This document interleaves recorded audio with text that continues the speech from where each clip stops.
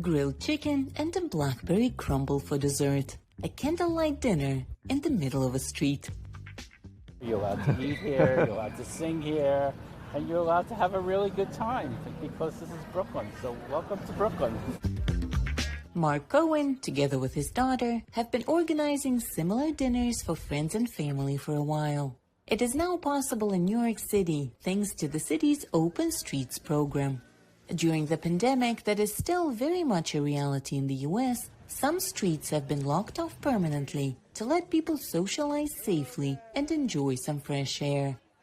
If someone had come to our community board a year and a half ago and said, let's shut down all of Vanderbilt Avenue and just let people have dinner in the street and they can eat and drink here until 10 o'clock at night, we would have said, that's crazy, that's impossible, that'll never work.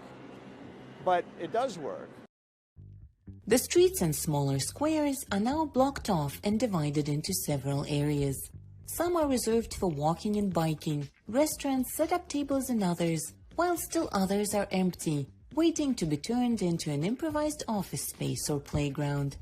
Restaurants are being allowed to use some city blocks for free, though they usually must pay a hefty sum and get a license to set up outside. City officials say in the first week of the Open Restaurants pilot program, twice as many people dined out than usual. You also know we have a backstage, but nobody's in there. Everybody wants to be outside. And we have our COVID safety cabanas. Patrick Fromas is the manager of the branded saloon restaurant. He says the venue didn't close during the pandemic, but they had 4 customers at most then. And now they're serving 65 people, and that's only outside. And it's a big European vibe, but it's about to become an American vibe. The program did appear to annoy some car drivers at first, and they organized rallies to protest the closing of certain streets. But as time passed, more people saw the appeal. Yeah. Some parking's hard, but what are you going to do? It's New York. Viva Di Cancini grew up in Arizona and was used to driving everywhere. But in New York, she enjoys being outdoors without having to drive. And I love it. I love open streets. All my life, I used to go to Europe and I would see the pedestrian zones. Go to Las Ramblas and Barcelona and everything. And I always wanted to live on a street that was just pedestrian.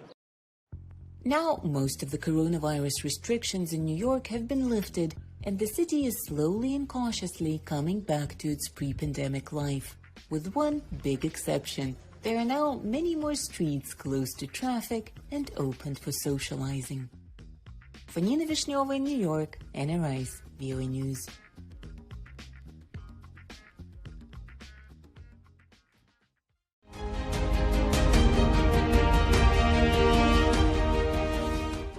استهداف